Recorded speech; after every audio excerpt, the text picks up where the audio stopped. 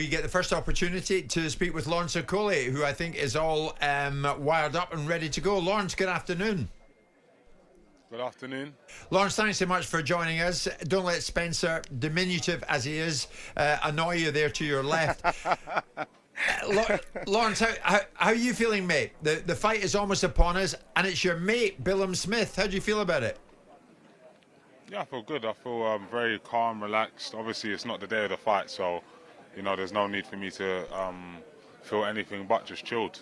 Lawrence, I want to ask you a question just about the split, obviously, with Shane McGuigan and the sparring and etc. you've done with Bellew Smith. Both of you guys are supremely confident going into this one.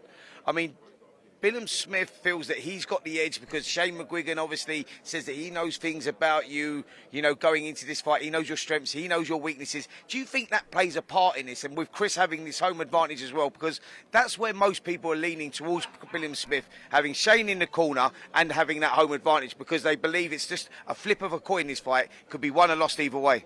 Yeah, no, I don't really buy into that at all. I think, you know, when it comes to their confidence, it comes from a lot of it, from what I'm hearing, sounds like they're hoping for a lesser version of myself. He doesn't show up on fight night. Oh, he didn't look that good in his last fight. It's not. None of it's really based on him. Yeah. You know, where my confidence has always come from within myself, and you know, believing that I've got, you know, the upper hand against anyone that I box. But for them, it's we've got Shane, we've got this, we've got the crowd, we've got. But why aren't we talking about Chris? Chris is a good fighter, but ultimately, I believe when everyone leaves the ring, me and him are going to be in there, and all of that crowd, all of that Shane, none of it's going to matter. It's going to be what we do with each other. But you recognise that sort of you can only go off last performances. Your last performance against David Light, it's fair to say, was a lacklustre performance. You didn't perform to anywhere near your sort of ability, and they're going off the back of that as well. You go off last performances, and you know. They will take a lot from that. And that's my point. Everything's based on Lawrence being less than. Well, I don't feel less than. I feel in very, very, very good shape. I've done back-to-back camps. I've had 12 rounds more recently than he has.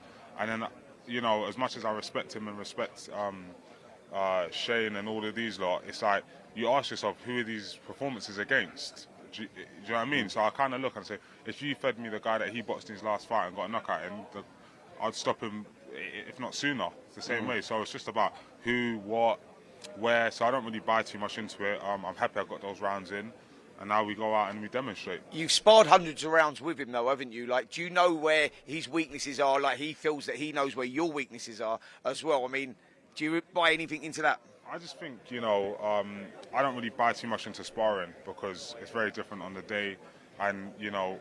I'm going to pose a lot of different stuff, and I expect him to pose a lot of different stuff. That's just the way that it goes.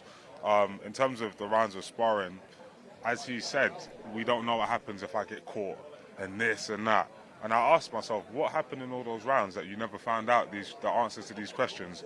So a lot of this stuff is they're hoping that we can do this, and they're hoping they can do that. And, you know, this is boxing, so you have to be prepared for any eventuality. But I'm feeling very confident. Lawrence, I'm going to let Simon come in a second, but for me, does it affect you in any way that Bellew Smith will have this pretty large home support?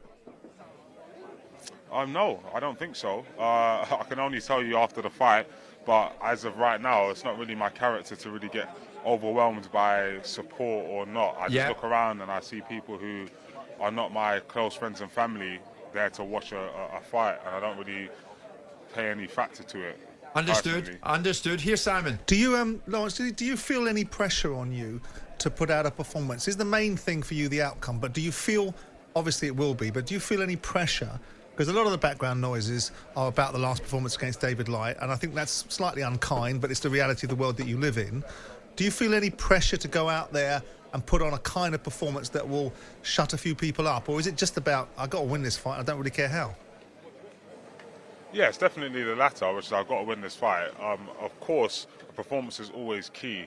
But I think, you know, a lot of times people forget some of the performances that I put in and what I'm capable of when someone's actually actively trying to throw punches with me. And Chris claims that he's going to go out and put on this great performance for his fans, and he's going to, you know, knock me out, do all of this stuff. So to do that, you have to put yourself in positions to risk it. Yeah. So I believe he's going to risk it, and then, you know, we'll see what happens in those moments.